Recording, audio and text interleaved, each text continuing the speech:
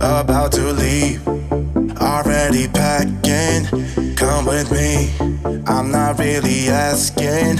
We'll get away to a place where we don't know. About to see the world in action, what we can be, life with no distractions. We'll get away, this is what we waited for. Take my hand, we'll make it somehow. We can't miss out. I'm done living life with the lights out, die with my own doubts. Be free with me. Let's go, let's be free with me.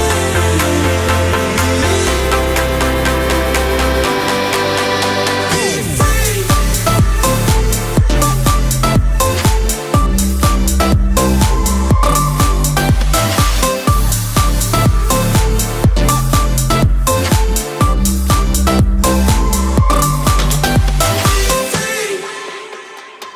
Not looking back, eyes on the freeway, Bonnie and Clyde, a classic cliche.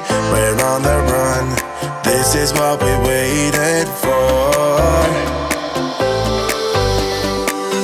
Take my hand, we'll make it somehow. We can't miss out. I'm done living life with the lights out, die with my own doubts. Be free.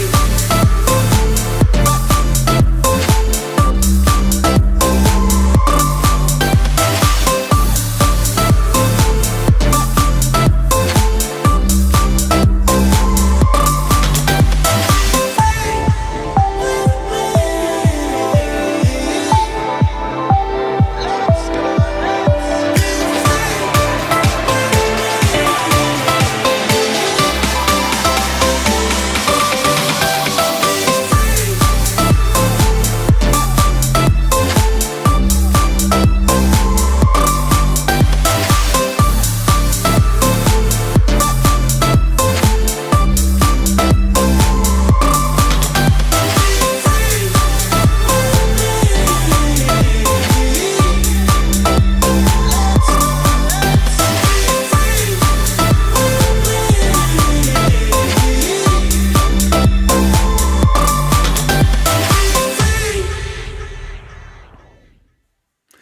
Good afternoon, it's Jim here at TutorU. Welcome to our latest A-Level Politics live stream, and we are continuing our series on the core ideologies today with a session on liberalism. I'm joined today by two familiar faces, Duncan in the middle, live from Yorkshire, and on the right-hand side, live from a hotel in Santa Monica, it's Kira.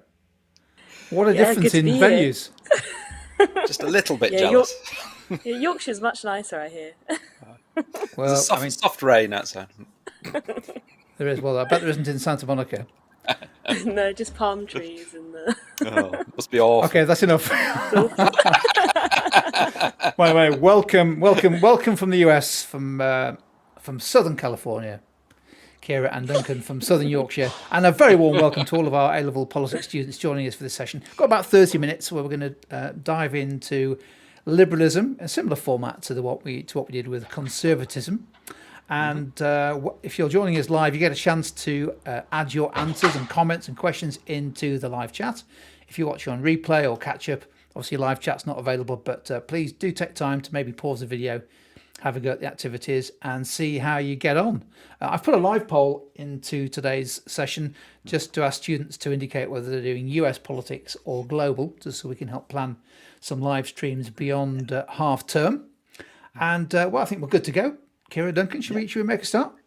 Absolutely. Sure. Let's get cracking. Okay. Enjoy, everyone.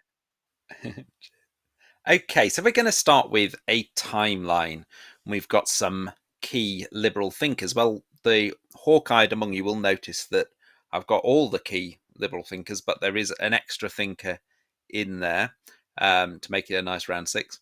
But it is worth remembering that you do have to mention two key thinkers in your essays, 2 of the named key thinkers from the spec. But that doesn't mean you can't mention other liberals. So you will notice that Jean-Jacques Rousseau has creeped into this timeline.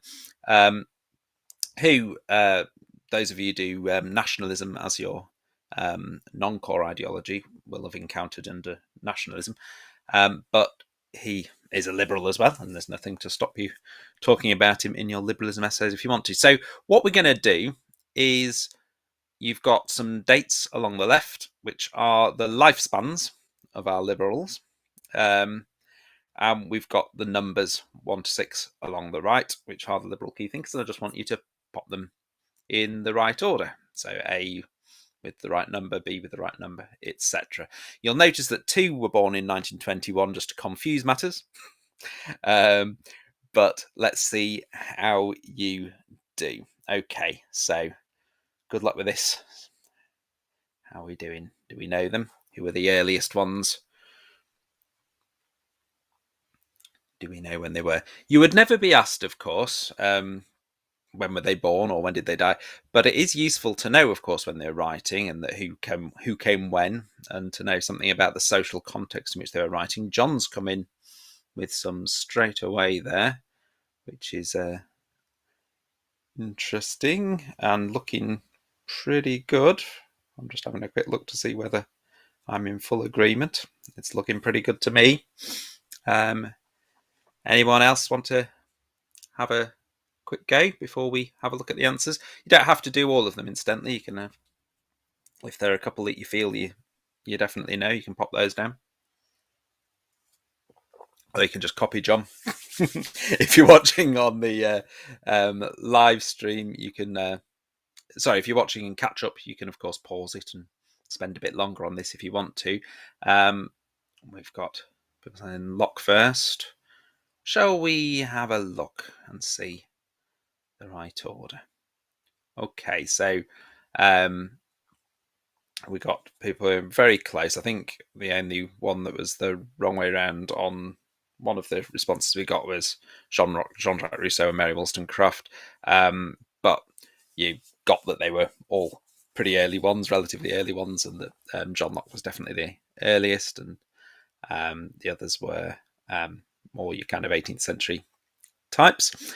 And obviously the potentially tricky one, of course, were the 2 both born in 1921 and dying in the 2000s. But in fact, John got those the right way around, so that was impressive stuff. So well done. So we have got this long stream of liberals. We're going to be talking about this very shortly. Kira's going to be talking about the different types of liberals, and that it does map with when they were writing, as well as what we call them. And we've got the sort of classical liberals earlier on, and your modern liberals later on, and perhaps a little bit of potential overlap in the middle. Shall we hand over to Kira for some exam goals? Yeah, interesting. Mary Wollstonecraft was really inspired by Jean-Jacques Rousseau. She loved him. She thought he was great. And then she read his views about women, and he said, women. I was going to say, yes, he was not the most feminist of our liberal thinkers. Yeah, exactly. So it's important never to just read one book. Make sure you understand them fully. So in terms of exam goal, like tips to kind of remember when we're writing our ideologies questions is, Duncan said it earlier, we need to make sure we're referring to our key thinkers. So at least 2. Maybe the ones that aren't necessarily the best thinkers that you have, like, for example, for modern liberalism, T.H. Green is a really good person to use, but you just really have to make sure that you've referred to at least those 2, and then you can kind of go off and talk about the other thinkers. It's really important for your AO1 marks. For your AO2 marks, you need to make sure that you're comparing the strands. So you're making sure that you're not just talking about modern liberalism in one paragraph and then classical liberalism in the other, but you're actually talking about them together and getting that nice comparative essay.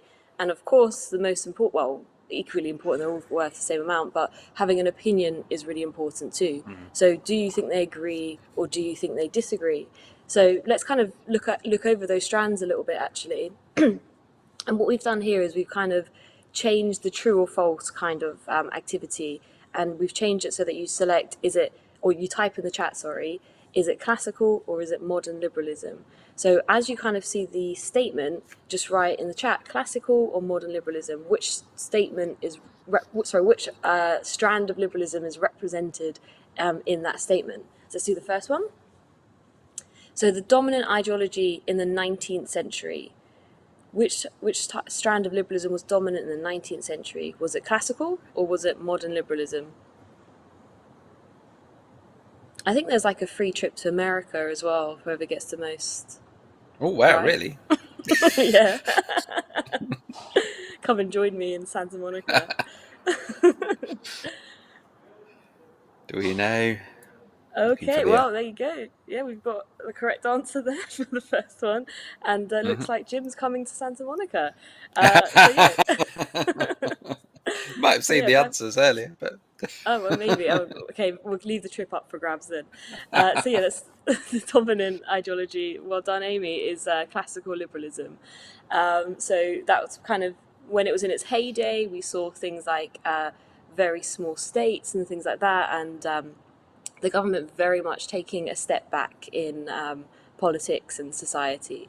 Okay, so let's see what the next one is. So, which strand of liberalism subscribes to positive freedom? The idea that you should have the freedom to do something rather than freedom from something.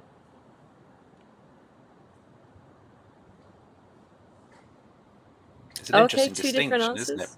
Oh, yeah. Got some different. Two It's an interesting different distinction, answers. isn't it? Yeah, I we've think had- it is. Yeah, so okay, we've got two people saying modern, that's good, okay. And third modern, yeah, and that's correct. The correct answer is modern liberalism. So I find people get quite confused about this one. So I think it's just easy to think about it in terms of negative is freedom from. So you're left alone, and by being left alone, classical liberals believe that you can flourish more because you're making your own decisions, whereas positive freedom is saying, okay, you should have as much freedom as possible, but as T.H. Green said, negative freedom is just freedom to starve. That's obviously a quote, not a quote, sorry, a paraphrase. So it's about making it so that people can do things. So maybe a more positive intervention in that sense. Okay, so the next one, laissez-faire. So which ideology loves to use French words and sound over intelligent? No, I'm joking. Being a bit harsh, aren't I? Okay, so laissez-faire. So essentially, the state has no right to interfere in the markets. You just leave it to kind of self-regulate. Kind of what Adam Smith talked about. He talked about the invisible hand, and fantastic. We're all getting this one right. Paganism, a good one there, John. So yeah, excellent. It's classical liberalism. Sorry. Yeah. So just essentially, that's why we saw quite a lot of inequality in the 19th century, because it was kind of pull yourself up by your bootstraps, work harder to do better. Okay, so the next one, equality as fairness. So equality comes when society is more fair rather than, I'm going to give it away, aren't I? Yeah. So which strand of liberalism talked about equality as fairness? Okay, so we've got a couple of answers coming through. Excellent. Yeah, perfect. You guys are fantastic. So modern liberalism, right? So the idea that equality isn't just about the foundational equality that you're born with, but actually if we all have the same start in life or the same opportunities in life, then we can be more meritocratic in that sense. It's about being fairer in society by John Rawls. Okay, so the next one. Okay, so I was rambling on about this earlier, so maybe you caught it. So which strand of liberalism talks about a limited government? Now I'm going to play devil's advocate for a moment here, Kira, and suggest that all liberals, to a certain extent at least, believe in limited government. They believe Very it should true. be limited by constitutional restrictions, etc. Would that be a fair point? But one is more associated with limited government than the other, and lots of right answers coming through. So, yeah. Yeah, I agree. Yeah, so they have this. They all have this suspicion of power, right? So they kind of don't want people to become a state to become too powerful, because, as Acton said, power tends to corrupt, and absolute power corrupts absolutely. So they do want it all to be limited. But one definitely advocates it more, and as you've all said there, definitely classical liberalism. So that's in opposed to a more interventionist state. Okay, so how does this kind of fit within an essay then? So the thing that's quite good about ideologies questions is there's only so many questions that they can ask you. So they can ask you a question about a component of the ideology, so human nature, state, society, economy, or they could ask you something about the core principles, which are different for each ideology. So I think what's quite useful about that is the question is going to be, to what extent do liberals agree on? And you can just choose any one of those and form your own practice questions and kind of think, okay, so where is there agreements on human nature? Where is there agreements or disagreements on human nature as well? So I really recommend that as quite a good revision technique. So I'll talk you through one to show you what I mean in terms of trying to place the thinkers in this frame. Okay, and we'll look at, to what extent do liberals agree on the role of the state? So this is what I like to do when I'm trying to frame and think about when I'm teaching it, but also when I was studying it a few centuries ago. So to what extent do liberals agree on the role of the state? Well, who's my best classical liberal who references the state? And it has to be, obviously, John Locke. So he talks about the fact that a state should be as small as possible. So you can reference that. You can talk about the role of the state being only to preserve life, liberty, and property, and kind of talk about that limited government. And then you can contrast that with modern liberals, and definitely Rawls and Friedan are fantastic modern liberals to use. And you've already got three thinkers there, which is one more than you need. So that's perfect. So you can see that you can talk about the fact that, well, Rawls disagrees with Locke and says that the role of state isn't only to protect life, liberty, and property, but it's also to interfere to make a more fair society. Although, as Duncan said, they definitely believe that the state should be as limited as possible. And Okay? I think I was just going to say, interestingly, as you mentioned before, you could talk about Adam Smith or T.H. Green or Rousseau in this sort of debate, but again, it's these key thinkers that you must include. You must include at least two of those. Yeah, just to Yeah, reiterate exactly. that point. Yeah, and you're not limited to them. So there are No. thinkers who are better as examples, and you'll still get those AO1 marks providing you've hit those first two. So I think that's really important.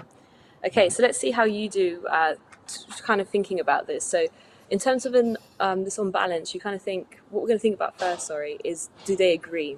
So in the chat, try to type down as many arguments that you can think of that liberals agree on human nature. So what are the similarities between the two strands?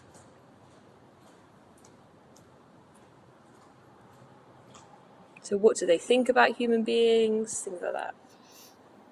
Yeah, Okay, it's an interesting excellent. one. Yeah, Because go for it. I was just saying, when we looked at conservatism last time, that we saw some quite significant differences on the issue of human nature, didn't we? Particularly between like the new right and the rest. Whereas I think of liberals as agreeing rather more than conservatives did. Oh, we've got some good answers coming through, haven't we? Yeah, we do. Yeah, and yeah, I think so. I think that for me, human nature is such a core component of an ideology. That is the root of which they make the rest of their decisions. So conservatism being so different, is it even a real ideology? But then they don't. They're pragmatic, aren't they? So they would say that they're not. Yes. Yes, some great answers. So equality, definitely. So they humans deserve equality because, as Phoebe mentioned as well, they're rational and capable of self-improvement. So therefore, they should have freedom, as Clive mentioned, and they should be equal. So humans are rational, excellent.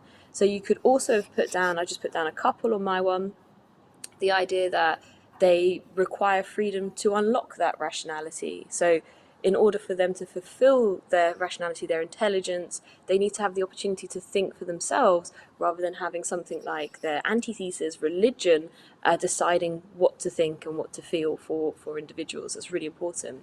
So let's try and think about it on the other side. I do find this one a bit harder, which is why it's important that we frame the question in the way that we want it to be, and I'll kind of explain that. But what can we think about? You can type in the chat. Do they disagree on human nature? So you have to argue that they do, because nothing is entirely the same, right? So can you find any disagreements between the two strands of liberalism and human nature? Definitely a bit more tricky. Yeah. On a, I mean, I'm just thinking about this, and I know this isn't the answers that are going to come on the screen, so I feel I can say this without giving anything away.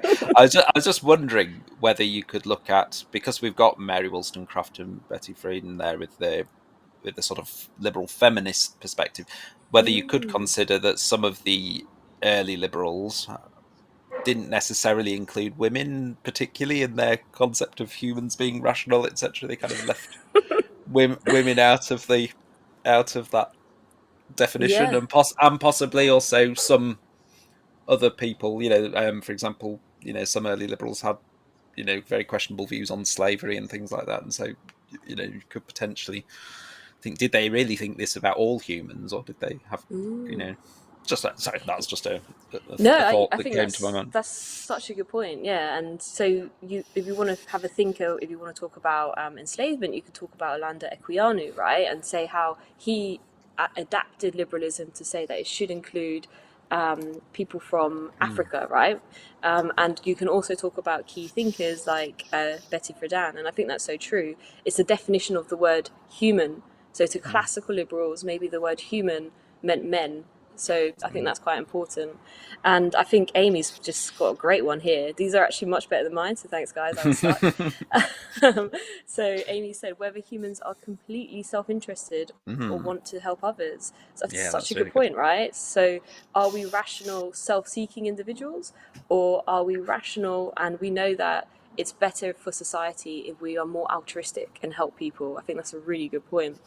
Human nature want a state of equality based on the theory of veil of ignorance. So yeah, okay, so being rational can mean that you actually have less freedom because you know that you can build other people up in society by paying taxes and things like that. That's a really good point. Human needs help reaching rationality. Yeah, so humans need help, to reach rationality. So yeah, fantastic. I'm a bit embarrassed about my one, so we'll just go through those very quickly. Yeah, they're good. Very good. Thank you. Okay, so that Phoebe, that's a fantastic question. I will answer that Yep. right now. So how do we structure the paragraphs? So you sure you don't work for Tutor to You, Phoebe? Okay, so the next one then. So I'll kind of talk through this, and please ask questions if you at any point I'm talking too fast or you want me to elaborate on anything. So just like I said, we can just use the exact same structure to create questions. We just made this question up. It's nice and easy. So to what extent do both classical and modern liberals agree on liberty? So it's really important then that when we're thinking about this, we have to argue that they do disagree, but they also agree.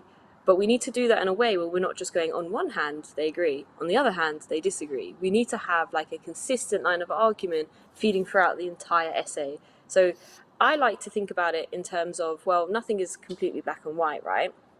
So we can talk about, in some ways actually, yeah, modern liberalism is different to classical liberalism when it talks about freedom.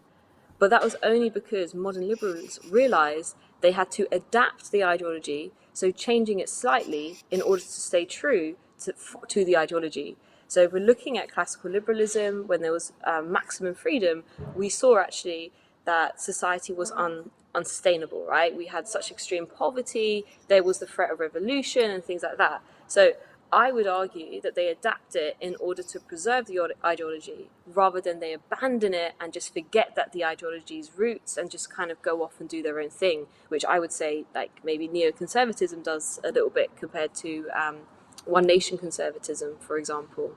So to kind of talk you through that then in terms of the structure of the paragraph, we're going to think, okay, I'm arguing adapt, so I'm going to start with adapt first. That's going to be my first paragraph. And in that, I'm going to talk about both strands.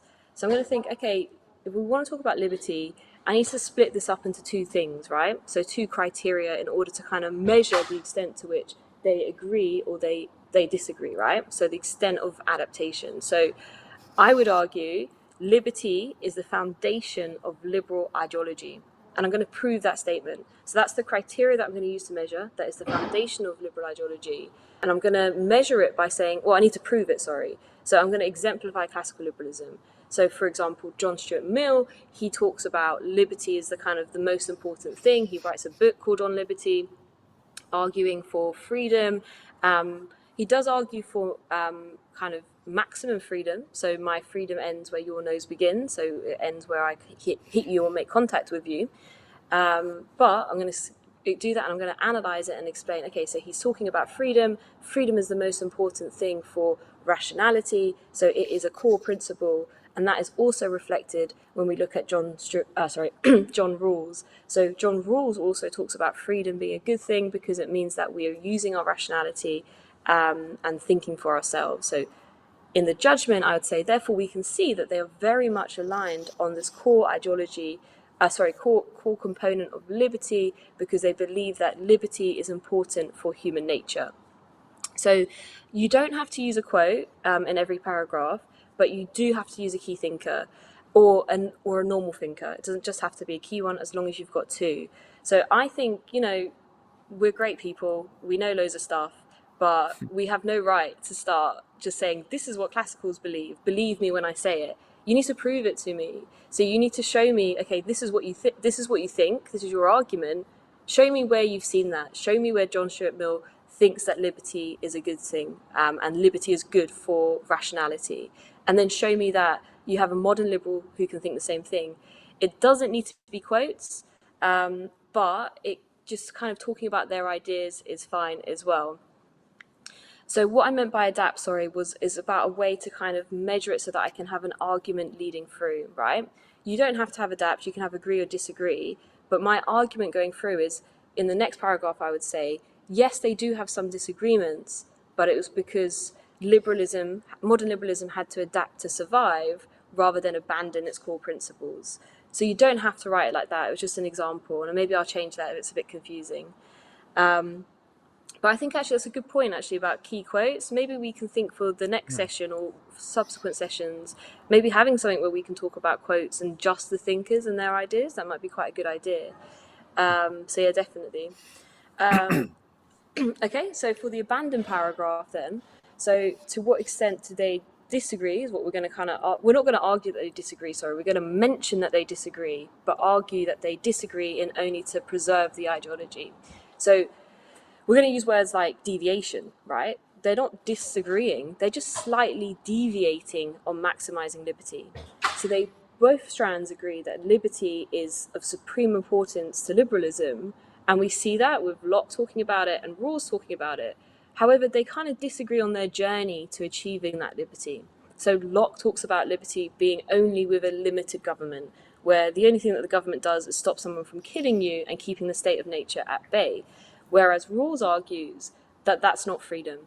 If you're born as I try to put this carefully now with all the new government legislation, but if you're born into a certain characteristic, then you basically you have more opportunities in life, right? So Rawls talks about that veil of ignorance, saying that if you don't know what gender, what race, what social class, if you're disabled or abled, or any of those kind of characteristics, if you don't know where you fit in society, what would you do to change society? What would you do to make society more fair? And from that basis of the poorest and less well-off person in society, should we construct society in order to have liberty?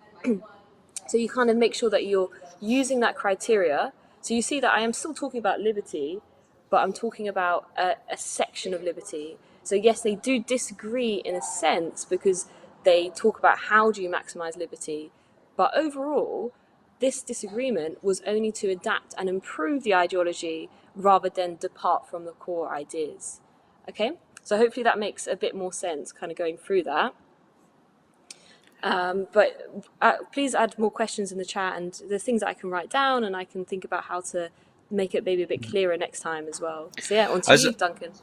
Yes, I was just before we start this last activity, I was just thinking because there were a couple of questions about. Oh, there's also a question about whether you need an intro. I'll let you answer that in a second, Kira. But I'm just thinking a couple of questions about the adapt abandon thing, because that last bit it was suggesting quite a significant disagreement, and the reason why you're saying, however, you're still going to end up judging that it doesn't entirely abandon the previous principles is because that's your overall judgment, isn't it? So you're considering both sides of the argument because you need to show that you're aware of both sides of the argument, but you also need to reach an overall judgment that you follow through the essay. I'm just sort of making sure that people are clear about that. So you've got these two paragraphs are essentially taking different sides of the argument, but your judgment needs to kind of be consistent throughout. Yeah, is that fair?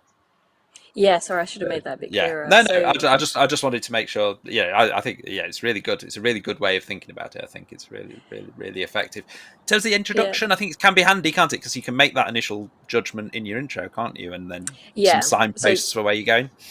yeah, that is basically all the introduction is for an ideologies essay. And just please bear in mind, like, this is an exam, right? You only have a certain amount of time, and the examiner knows that. So, if you were doing this at university, you would write a beautiful history of liberalism and kind of talk about that, which is fantastic.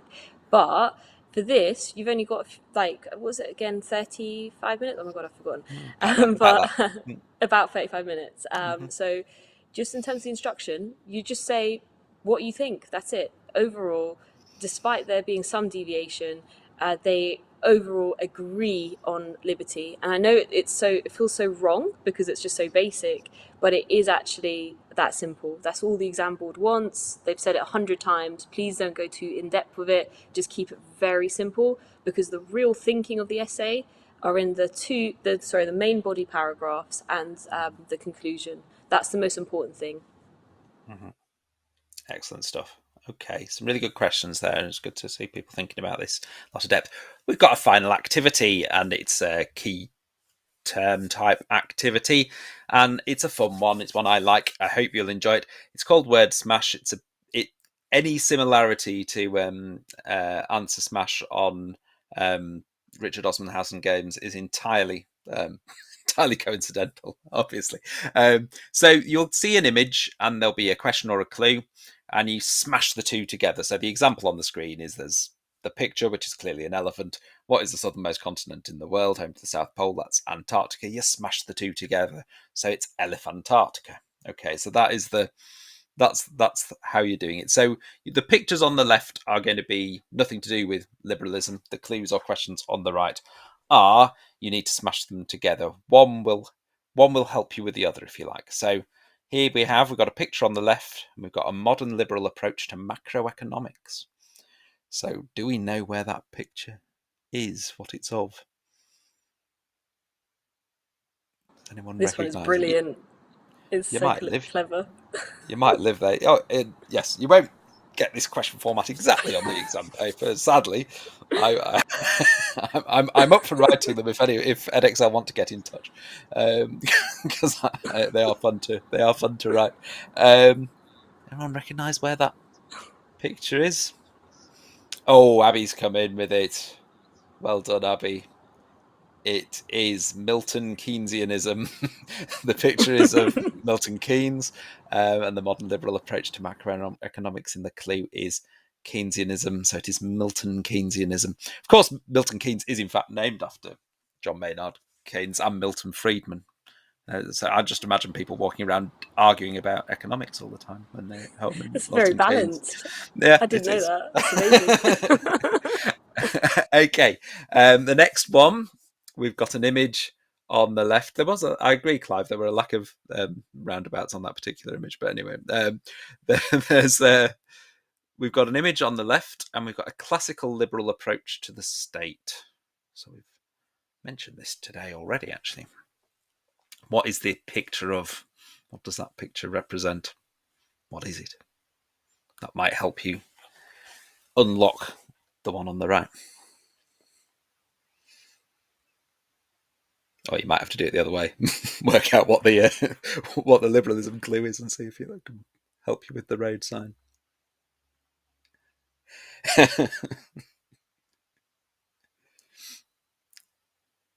So, yeah, we need a clue on this one. Do we know what that sign is saying? 7.5 tons lorries, but what do we call that? Why would you have Phoebe's got what the clue on the right is. It is limited government. So do we know what the sign is referring to? If you see that sign with a bridge, when you're coming up to a bridge or something, it's telling you something We've got there, really, haven't we? Phoebe's there with limited government. It is weight limited government. It's a weight limit and limited government. I've been smashed them driving for together. 10 years and I don't know what that sign means. That's bad, isn't it? Okay. Speed limit would have been a better image. Yeah. I should have thought of that. Last one. Okay. Mill's key idea about liberty.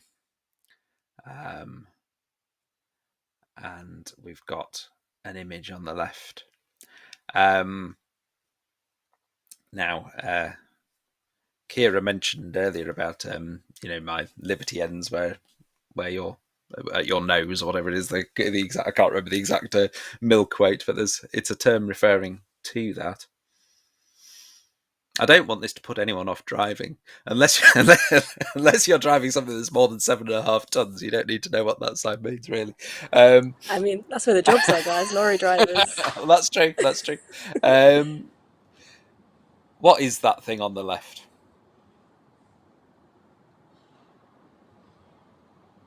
Well, I'm going to tell you, it is a four-leaf clover, but that is not what we're looking for. What is a four-leaf clover? It could have been a horseshoe.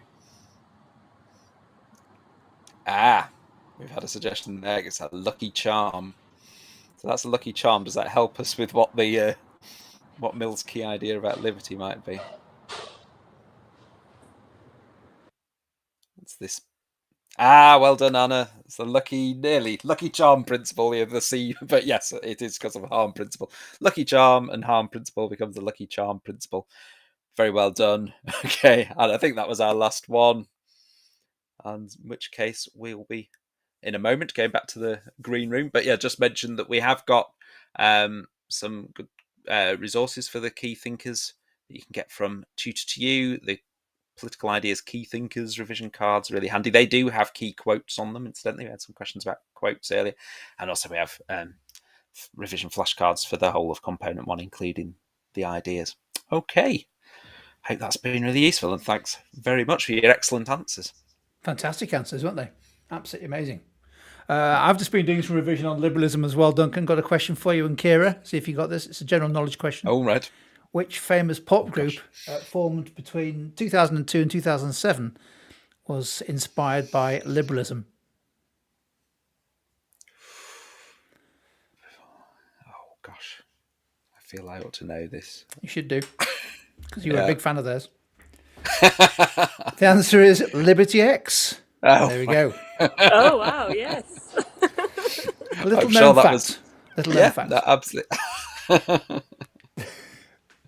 Fantastic. That was a fantastic session. Kira, that whole piece around the structuring of the ideologies response there in terms of the adapt abandon approach, absolute gold dust. So many thanks for putting that together along with the rest of the session. And we could hear the crowd in the hotel lobby in Santa Monica gathering around you as you were taking us through that as well. So that was amazing. Not that we're jealous that you're sat there in a hotel in Santa Monica doing this session. I know, I have to go to Universal Studios today. It's so annoying, right? That's been awful. God.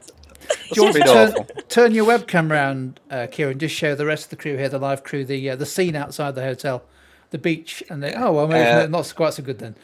Well, we can see a couple of palm trees. A couple of palm trees. There's a road. Yeah, fantastic. A huge thanks, well done to all the students who joined us live. Amy, Phoebe, Benedict, Anna, loads and loads of people. Tried to mention as many as we can. Big numbers watching tonight, so we appreciate that. Hopefully you found it useful. And of course, to everyone who's watching on catch-up and replay over the coming days and weeks, hopefully you found it useful too. If you did, give us a thumbs up on YouTube, because that helps YouTube suggest this and other sessions that Anna and Duncan and the crew have put together to other students. We are taking a break for half term now, I think, Duncan, aren't we? And we're going to hop over to Santa Monica for 2 weeks. But we'll be back with our politics in the news discussion panel, and then I guess we'll be doing socialism. Yeah. It'll be November. It will be, yeah. It'll be winter by the time we come back. But looking forward to that. And then, of course, the other thing what we'll then do is pick on perhaps some of the optional ideologies before we return to sort of US politics and UK politics later in the term. Absolutely. Fantastic. Many thanks to everyone who's joined us. We'll sign off now. and we'll see you next time. Cheers. Bye. See you. Cheers. Bye-bye. Bye bye.